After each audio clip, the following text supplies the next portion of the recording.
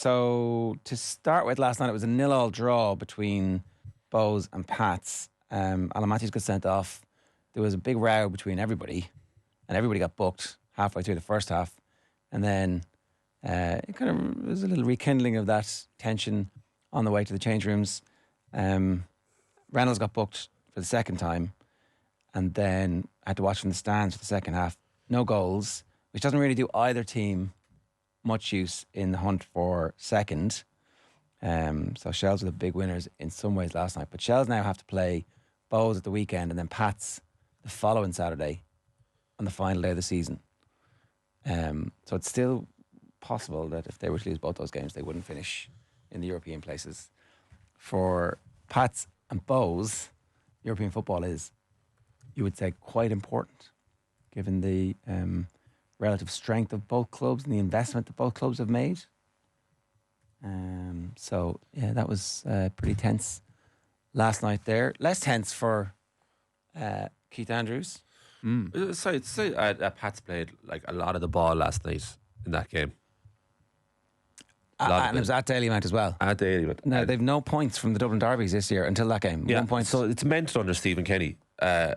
Just go back to the FAI Cup semi-final, how poor they were that day. But then, like, how good they've been since then. It must be so infuriating for them. And we'd be talking to, our League of Ireland duo in Owen Heary and Barry Murphy about Pats, and they're the thing we go back to every week.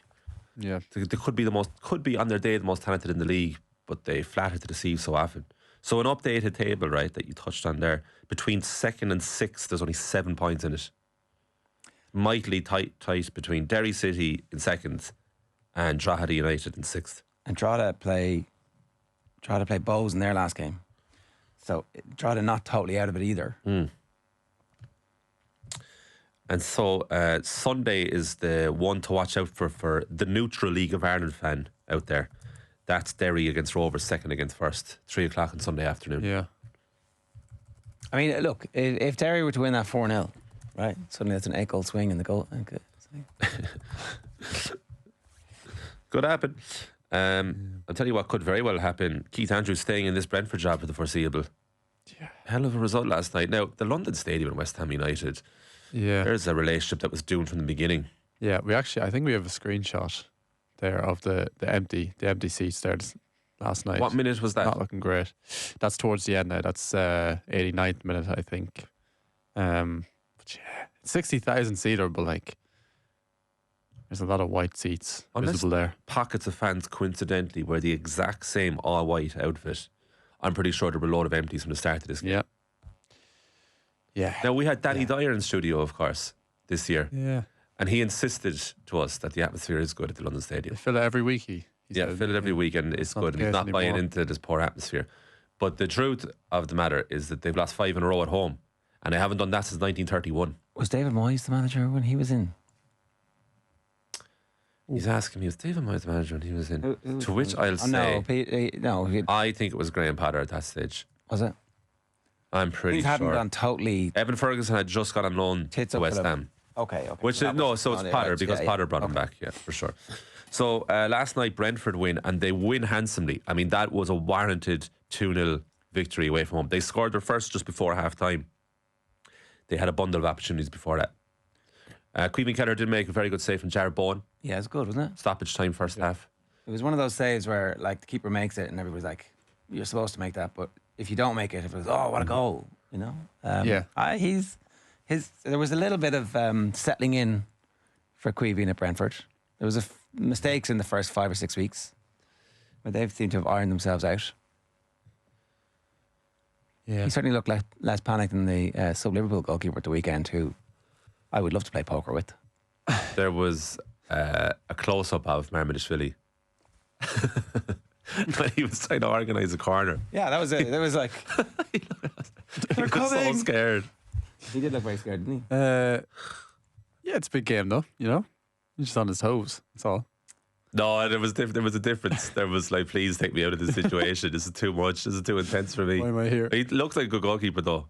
Unlike Lemons, who's like, yeah, I'm gonna get under this ball as far as I can just to test myself with the overhead egg match. Mark Critchley was talking about the other fella in goal, Ten Lemons, right? And that they can't find anything out about him because he just lives this like monk-like lifestyle. Not on social media. Like. Is by all accounts like there's nothing going on in this guy's life whatsoever. He has nothing to offer outside of being a goalkeeper, except for two things they found out about him. He journals, and it's not necessarily about football. And one time in his early days, one of his early days at United, which we're currently still in, he went to the gym at 10 p.m. because he had nothing to do at home. Wow. At Man United. Yeah. Right. So we don't know anything about this guy. Did he go to the sorry, I mean, I think the hotel detail, gym, or was it the, I guess, well, I'd say all the way out to the training ground? I imagine he's new to Manchester. He's got 700,000 followers on Instagram, though. Oh, Can't be that boring. On social media. Can't be that boring. Not entirely. This is our friend Mark Ritchie looking into him. They couldn't find anything about the guy, right? And so he looks like a quiet dude who's seemingly just 2 games in so far, but just a really solid goalkeeper. Dresses very well, actually. We don't really. It's funny. He's the new Manchester United number 1, and I could say he could walk down Grafton Street. Yeah, for a while. Yeah, Maybe a month I would agree with that. Yeah. Yeah, I was so commemorative, really, to be fair. Yeah, he's very good though, isn't he? Who? Immense. He's been quite there's impressive. 2 games in. But yeah, he's good. Yeah, he's good. He hasn't made. There was one time on Sunday where he went to catch the ball and it was high in the air, and he kind of went the yard ahead of the ball. And it was like, but that was it. That was literally the only time. He still caught it. And he caught it. He did his job. Did his job. If the worst thing you did in that game was catching the ball, Catching him, you were fine. he's Doing got high pretty good. fielding in him. Yeah. You're doing all right. But for Keith Andrews, look, it's pretty good. Like they're ahead of Newcastle in the table for context. Igor Thiago and Matthias Jensen scored the goals. That's Thiago's 5th in 6 games. He's playing very well. What a player. 7. I loved as well after he scored, he ran straight to Keith Andrews Yes. to celebrate him. That's a great sign. That's It's a sign of a very good good dressing sign. room right there. Yeah. Igor Thiago, whose family would be friends with Adrian Barry. Do you hear about this? No. Do you know about this? Adrian went to, our dear colleague Adrian, went to the Brentford Manchester United game recently, and the one that Igor Thiago starred in, scored 2 goals. Turns out the Thiagos were in Adrian's vicinity, and they were going mental. Right. Both goals. So there you go. He knows them well. Wow. So they sit 13th in the table after 8 games, 3 wins, 1 draw, 4 defeats, -1 goal difference. Not bad. Scored 11, conceded 12. Yeah.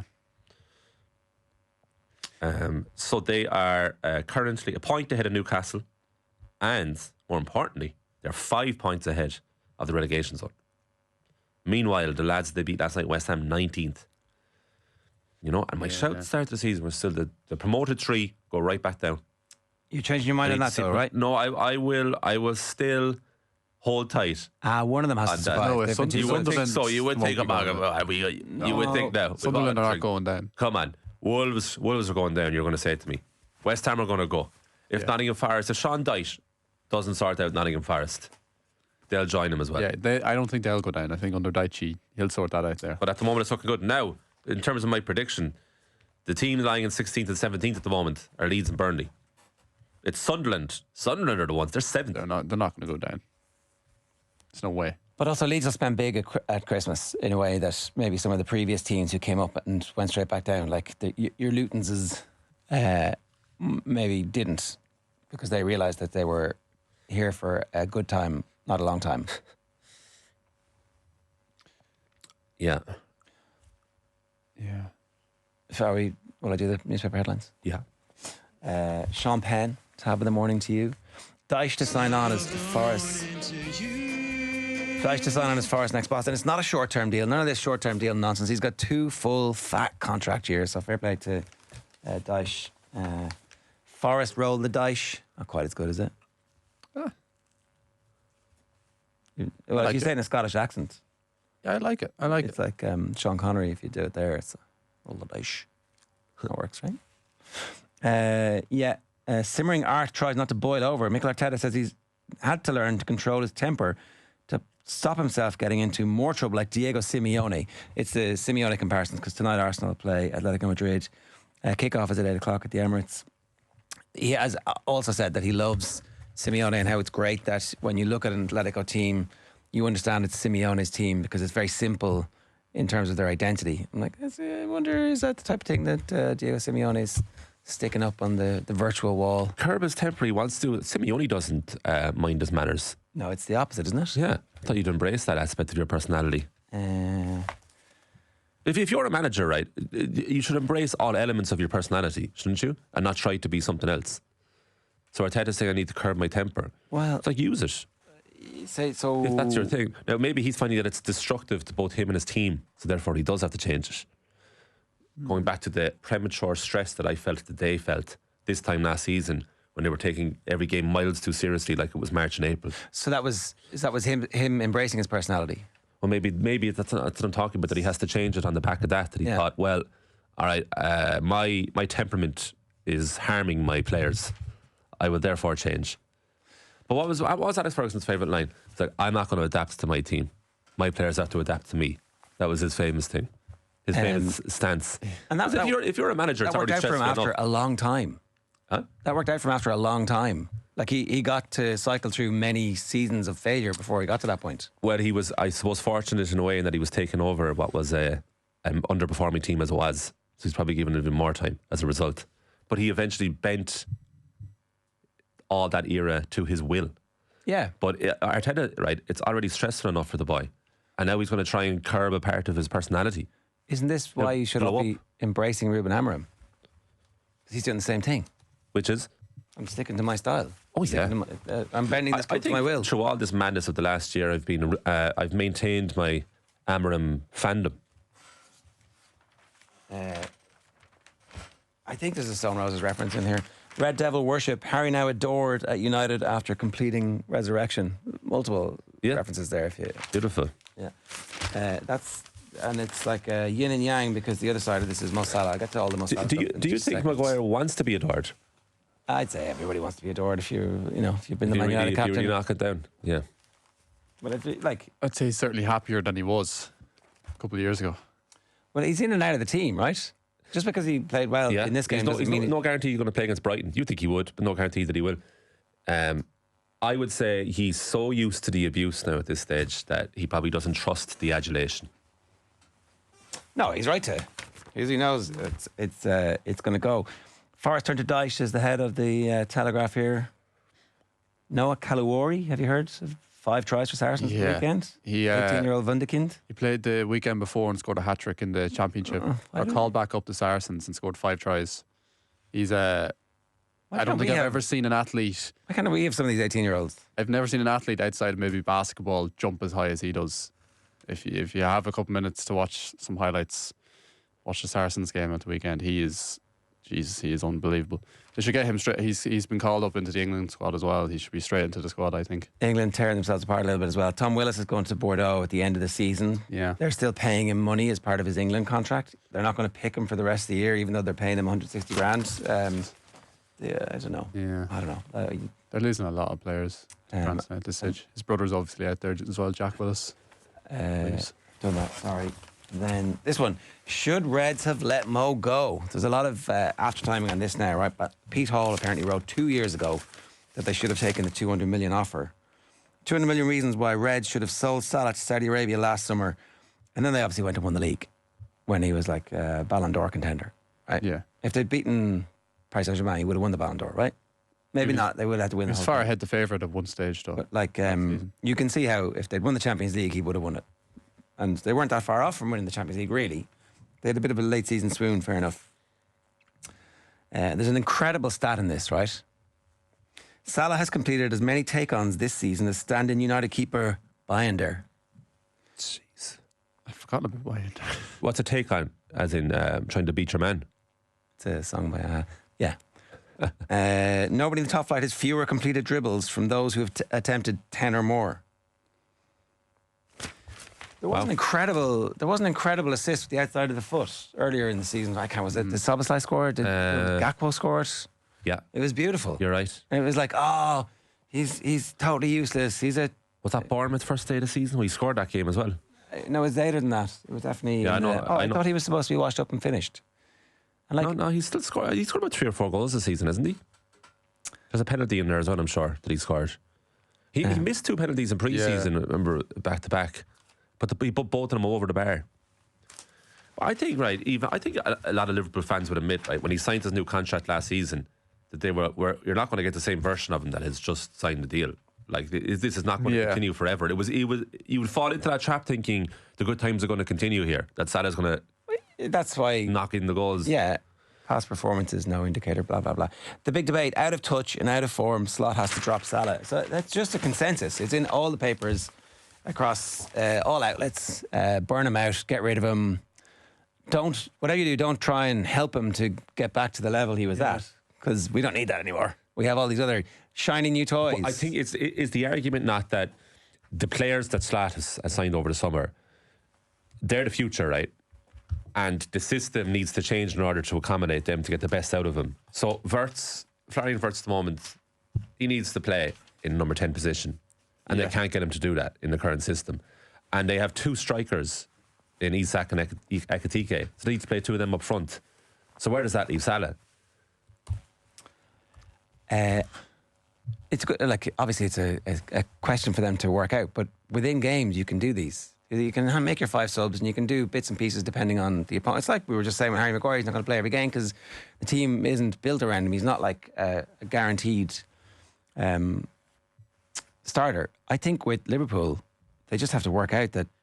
Like, so the XG for the last 3 games where they've been beaten by a single goal, they had 7.77 combined, and they scored a goal in each game. So they're way off where their XG is. They've got more. One of the other stats and one of the other pieces was they've created more chances from open play than any other team in the Premier League across the league so far. Mm-hmm. More big chances, right? So what's going to happen? At some point, those chances will start to go in.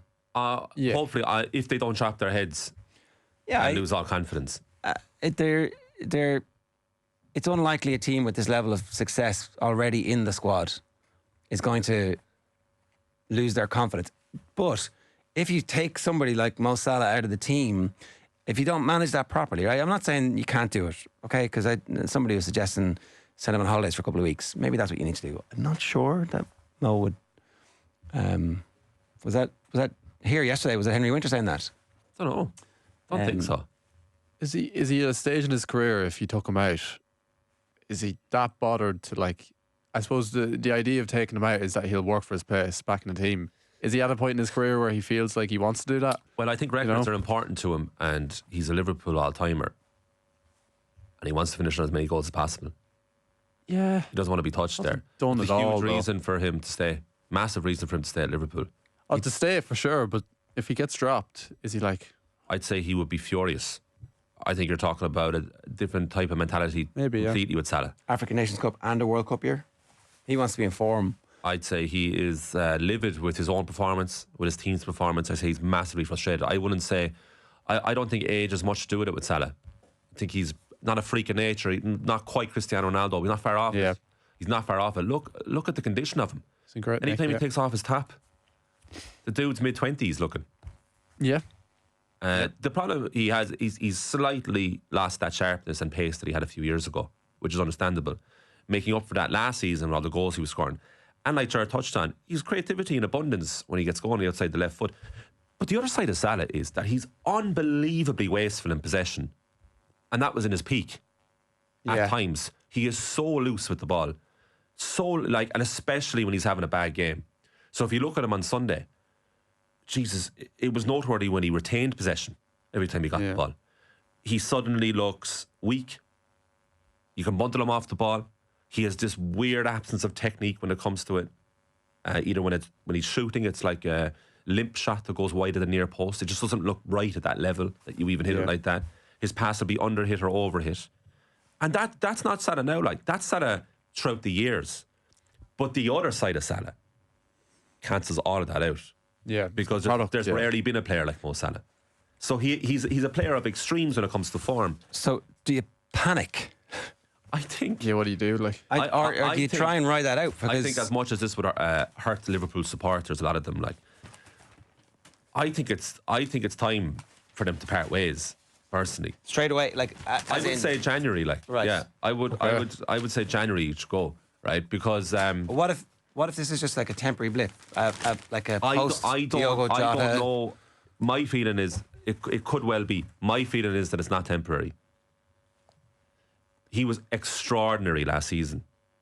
And I was thinking during that time, it was like, this is him, this is his last great hurrah. It's like, he's not going to get to that level. Now, if you kept Salah in the squad, what an option. What an option. Because for the next 3 years, he'd probably get you 15 to 20 goals in all competitions. But he's not going to settle for being a squad player. This is Mo Salah you're talking about. Mo Salah wants to be the main man. Mo Salah's earned the right to be the main man. I don't think he can be the main man in this Liverpool squad. This Liverpool squad has moved on. Another formation suits it that doesn't suit Salah. And if they want this to work with all the players that they signed in the summer, they're going to have to start considering life without Salah. But you can play multiple formations in the same game. So you can... You can or can't? You can. You absolutely can. And week to week you can as well. Like there are... And he's been doing it in some ways. Like a lot's been made of the pre-match surprise that United didn't pick Šeško. And it's like he didn't respond to that as early as he could have done. And yet they still created all those chances. Mm-hmm. So, like, I think that there will be games where he plays with Isak, Ekitike and Florian Wirtz. He's going to play that formation in some games. I get the sense with Salah, right? It's like, do you remember when Jurgen Klopp used to take him off and he'd be furious? Klopp loved taking Salah off. Like, no problem with doing it. And Salah would be unbelievably annoyed at it, right? And to your point there about you can try different formations and different players, because the one thing that Liverpool have really going for them this season, they have an unbelievable amount of options. They're not going to be stuck. Like, for a side that's going to play twice every week, they could put out 2 different 11s nearly. They have so many players. But you have to be so careful how you manage Salah in terms of the games that you don't start him in, because I think not starting for Salah is huge. So you got to be real careful. Like, you can probably rest them at home in a Champions League game in a few games' time if they look like they're going to qualify for the knockout stages. Yeah, you could probably rest them maybe, at home to Burnley, maybe. But then he's like, I want a hat-trick against Burnley. But just so you have to be careful when you drop him. Maybe you don't if you're Slot. You just drop him and you say, this is why we're doing it. And like but I'm going to get you back in the team fitting well, and we're going to work out how we're going to fix this. I don't have any doubts in Slot's ruthlessness that he would be able to do that. I just think you could lose a player like Salah like that. It's one of the greatest players that's ever played in the Premier League. Yeah, and that's a huge fall from grace. By anyone else's standard, it's fine. It's part of the job. It happens. Age catches up with everyone, and squad rotation happens, and you're grand. But I think Salah's a different beast. Like, I think you either have him in your team or you say, I can't thank you enough for what you've done for us. Well, he's not Ronaldo. He's not stinking the joint out like Ronaldo. I don't think he's going to be so public with that or anything, but I think we're on unprecedented territory when you're talking about Salah and Liverpool as a squad player. So maybe he's not a squad player. Maybe there are games where Mo Salah gets his form back, and because this is like the first sign of trouble, and you're bailing on a generational all-timer just because there's a bit of trouble. I think that everybody needs to calm down, and this is my point, and actually work through it the way that managers are supposed to. I think it would look incredibly bad on Liverpool as well if they were to sell him, because there's obviously the thing of Jota as well. He is in mourning, and imagine they just got rid of him. No, I mean, this would be in agreement with Salah. They're not going to say we don't want you anymore. Well, this is an agreement. It's an agreement. I mean, you're not going to shunt him out, obviously, but this is, let's see if this works for both sides. I don't think it's the first sign of trouble. You're agreeing to let him go. This is actually me looking at the future. It's the players that they have at the club now, the players that they signed in the summer.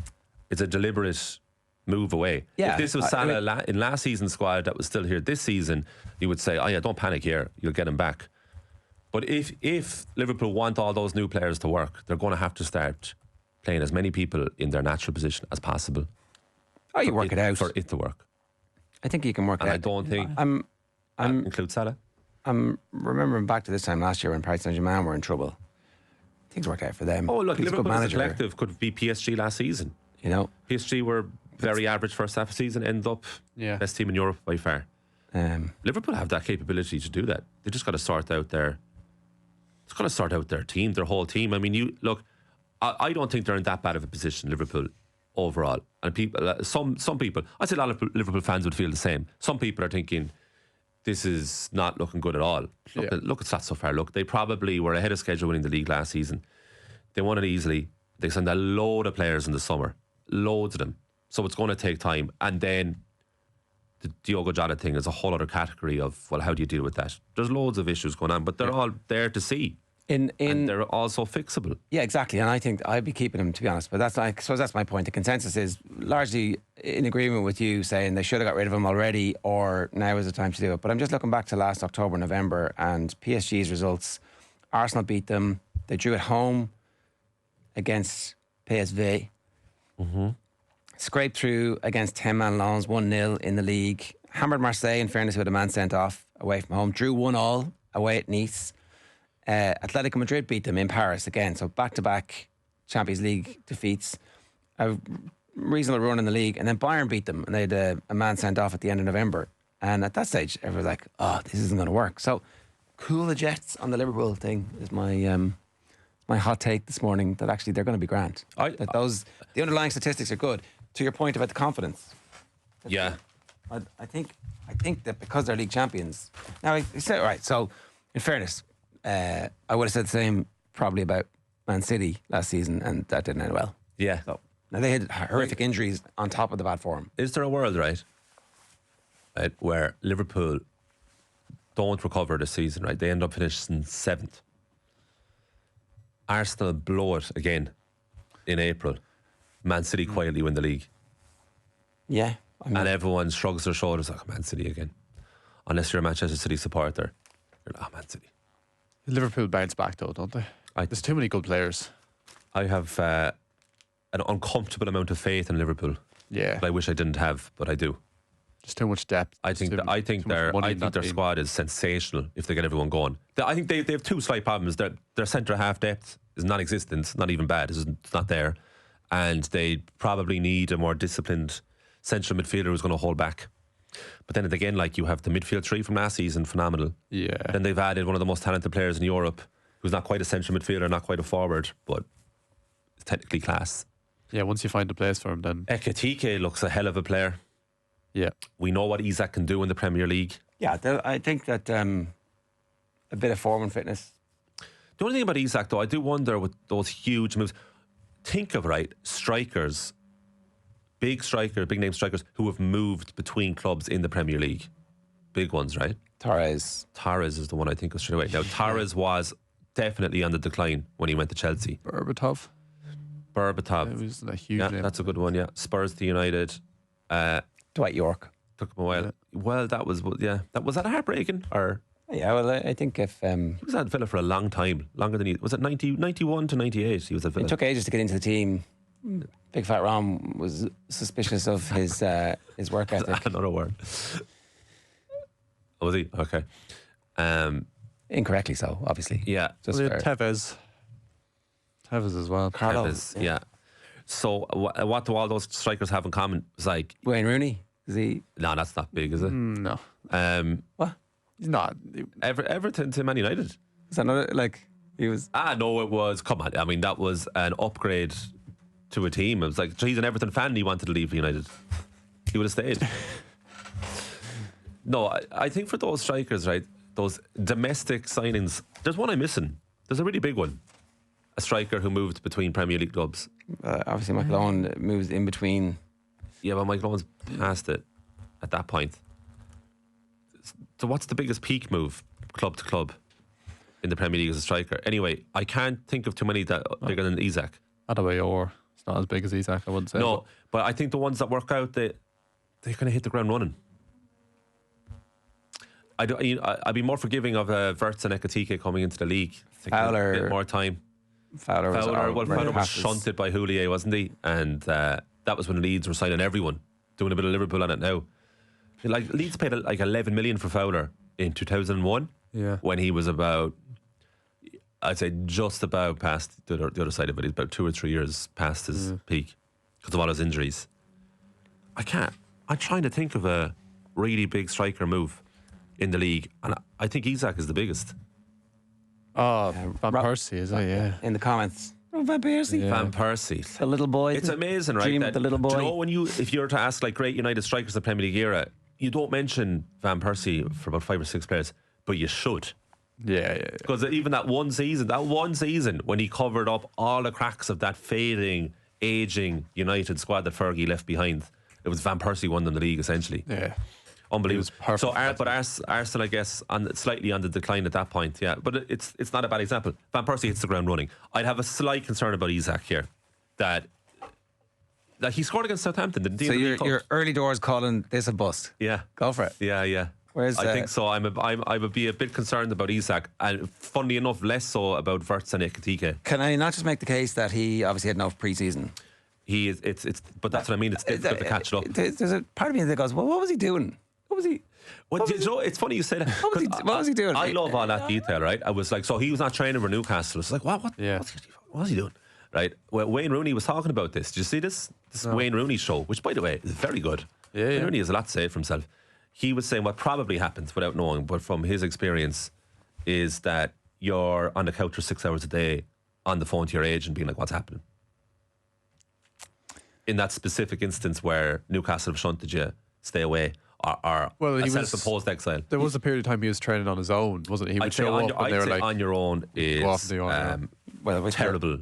But it's also terrible with an preparation. entourage of like a Big strength and things. conditioning guy and a football skills coach. Like he's a gazillionaire who can afford to have people. He wasn't going down the local YMCA, hanging out with the lads, going, "Hey, do you mind if I play?" That wasn't. maybe he was. Who knows? D4 Alexander Isak.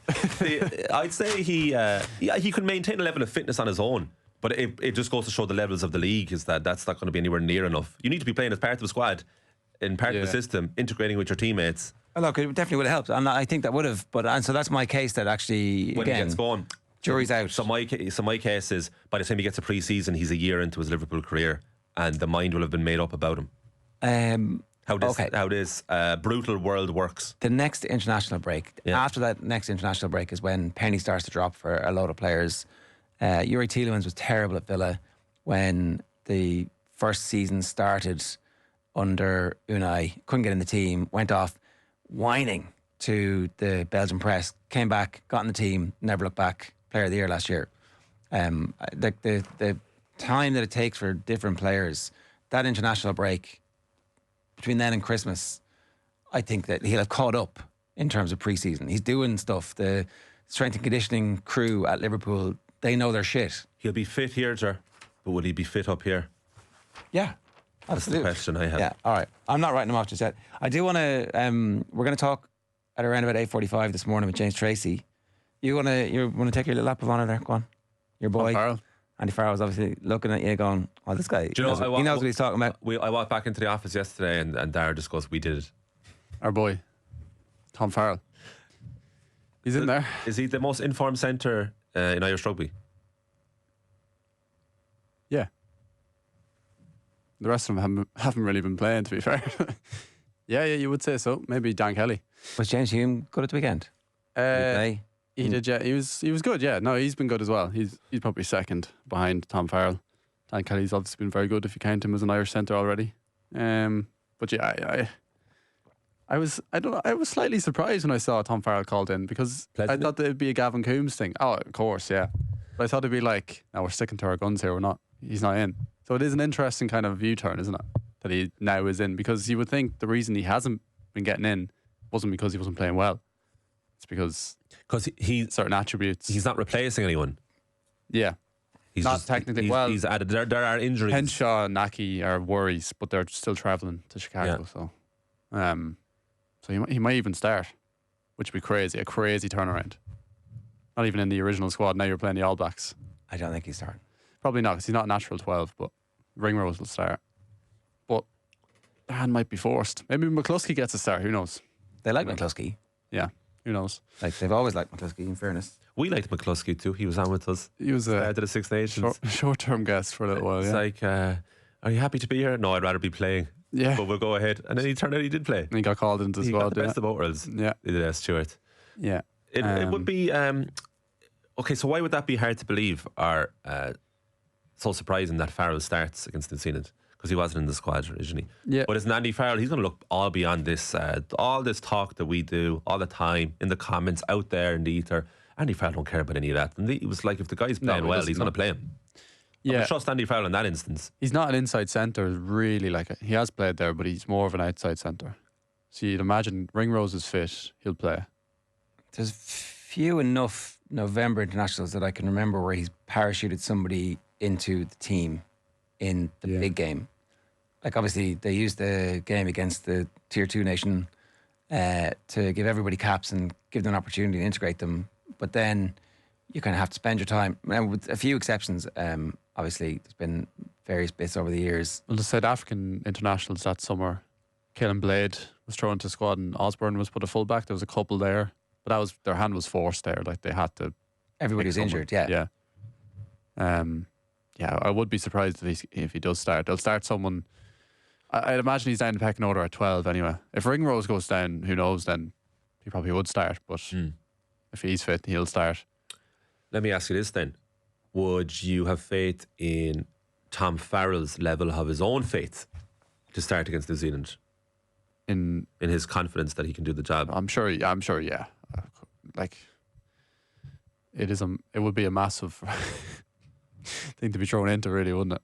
But I'm sure, like, he's playing as good as rugby as he'll ever play. So I'd say if he's ever going to be confident enough to play against New Zealand, it'll be now. Yeah, it's now or never, isn't it? Yeah.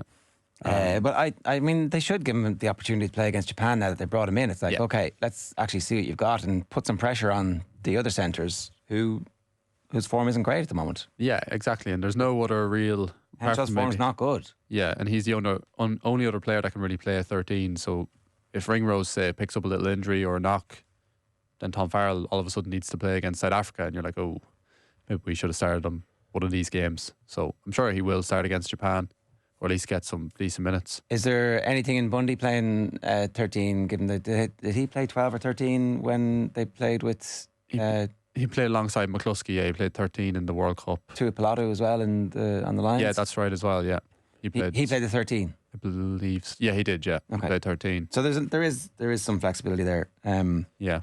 Interesting piece from Rory O'Connor's column this morning. You met Ben Teo, the former Leinster centre, who was pictured in an Ireland jersey once, but played for England. And one of the things in the end that I struggled with, says Teo, when I was all in on Leinster, watching all the other players have this other thing, playing internationals for Ireland, it was something that made me think about going elsewhere. Players would pull out of a game because they had a sore something. Ireland would pull them out, or there'd be big games where guys wouldn't play. I was starting to think, this isn't really the biggest deal for everyone here. And then Rory asks, is Leinster the biggest deal for the 21 players who reported for duty to Andy Farrell's Ireland camp this morning? Were they after the game going, oh yeah, congratulations, well done lads. Yeah, see you next week. Yeah. It is interesting, isn't it? Is this right?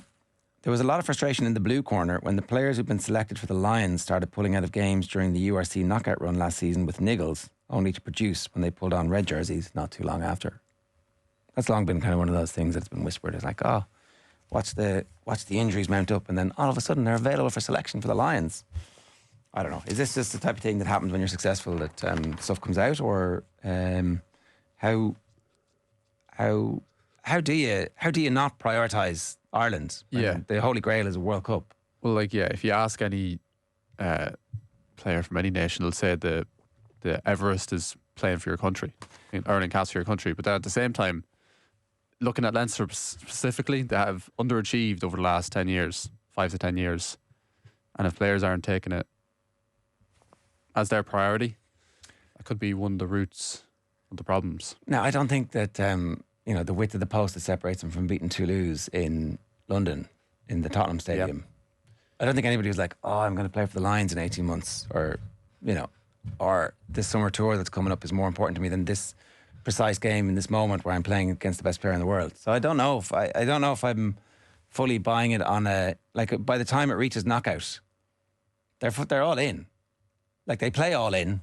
They're heartbroken on the pitch afterwards. There's no sense of like, sure, it's grand. It's only the club. Yeah. Now maybe now, I don't know, maybe Commoner Garden games in the aftermath of the Lions tour, and you've got the All Blacks coming and you're a bit scared they might spank you. Your mind is a little bit elsewhere. Yeah. I don't know. It is just interesting hearing that for someone who's obviously played for Leinster and spent a few years there.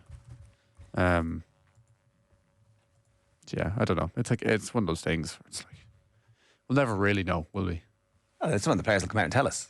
There'll be books. They're all writing books. This is true, actually. Yeah. They're a prolific producer of books, the rugby lads. Yeah. We did have 4 in about 2 weeks there. And everybody does it like a second and a third one. It's like, well, the first one worked really well. I mean, I made an absolute mint off this. Yeah. Jimmy O'Brien also in the squad, we should mention as well. Brought in for the injured Mac Hansen, who may come back apparently for the second, third, or fourth game, but is out for the Chicago trip. It's a recurrence, which is the worry. Did he get injured in the process of scoring the try? Seemed like it, yeah. He was on the pitch up until the last play, so that's been talked about a lot. Some of the South African teams putting in some late hits over the weekend. Some Irish players. The issue of pace out wide is one that I think we should address, and I think we will with James Tracy. Not necessarily today, but we will do a pace chart. But I think it's an important factor. We don't really talk about it. I guess it's because a James Lowe and Mac Hansen on form, it's not that they're slow, but they make up for their lack of raw pace in other elements of the game, which has been very successful. Yeah. So you don't have to analyse it too much. But of course, Father Time is the theme of the show today, and is going to be catching up with these boys, particularly in 2 years' time. And Mac Hansen's 27. Mac Hansen's 27. Yeah. He's a young boy, but he's also injured a lot. Yeah, that'll come. Yeah. That'll come good. And actually, this is the time when you're supposed to be building a bit of depth. Like, obviously, you would much prefer Mac Hansen in the team. With the build depth. Exactly. This is the time We to would build much depth. prefer Mac Hansen in the team. So Yeah. who are our fastest players? So Tommy O'Brien. Hugo Keane is one of the fastest players in the world. But he just plays a fullback. fullback, yeah. Tommy O'Brien. Tommy Ryan is the fastest at the minute. Robert Balakoon. Balakoon, a fit Balakoon. A fit Balakoon is a Definitely, question. James Stockdale was speedy. Stockdale has a bit of pace. He does, yeah. Yeah. Does he still? Yeah. He does, yeah. He did, certainly. We know that for sure. Does he still? There's a few lads of Mikey Lowry, Mike Haley are two really fast players as well. They're just a full. So you're talking about a couple of full backs. Calvin Nash. Yeah. It's quite fast. He's been injured a lot too, though. But do you know when it comes to when we're like having our existential crisis of rugby in this country, and what's the thing that's most commonly said is not whatever about the provincial preference and all that stuff, right? It's when it really comes to it, where's our creativity and ingenuity? The bit of joie de vivre. Yeah, we don't really play like that, Off the though. cuff. it's never really It's not the Irish way to play. No, You're all beating it out of Sam Prendergast because he missed a few tackles. Yeah. That's what it's like. Oh, It's sorry, he missed tackles. He's like, true. Now, would Sam Prendergast be treated the same had he played the exact same if he was French or English? Well, he'd probably look better in France, all right. Because the nine would look after him. There's a fine nine to look after him in Ireland. Yeah. Not the way Ireland play doesn't suit him, but like there definitely would be a bit more freedom for him in France. What is the Irish style? It's phase play, like smashing up the front, go forward ball. And do you think there's a reluctance that to embrace the fact that is our truth? That's how we play. So therefore, That's work. I think that the notion that we're not creative is shorthand for like. I don't think it's true. I think that at its very best, if you look at the performance in Marseille against France, we were really creative. Like, but we're happy to play whatever game we need to play. Largely, like, and there's only so few big games over the years. Like last November was just we played terrible, and the Six Nations we were a bit bland. But bland. I think there's various reasons for that. You know. Yeah. Would you agree with the assertion that is often the thought afterwards when when Ireland lose a big game? There's no spark here.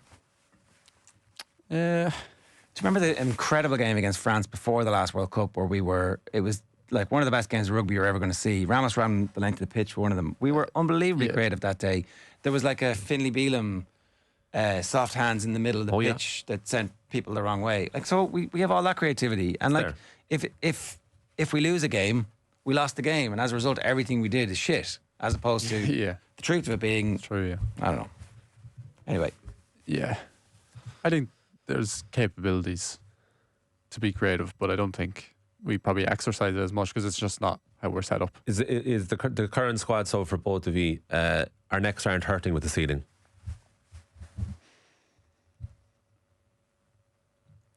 what? I don't really understand the question. Sorry. Is there more to come? It's hard to know. We might have peaked. Yeah. We might be, that generation of players might be past their peak. They might have actually just peaked at the at the Lions Tour, and that's why after this phase of games is over, they really need to start looking at what we're going to do in the World Cup. Right now, it's just about finishing as high as you can before the draw is made, and then after that, the 2-year countdown begins. Okay. We're going to move on here, I think. There are plenty of suggestions in for striker to striker Premier League. We can get back to that if you like. Do you want to move on? Yeah. Yeah. Will I do that? Sure. I got to get it now. I have to find this. Start for you. All right. What should be breakfast at UPMC orthopedic care when things don't move, rotate, or bend like they used to? Not quite Alexander Isak. Choose us to help you get back in action.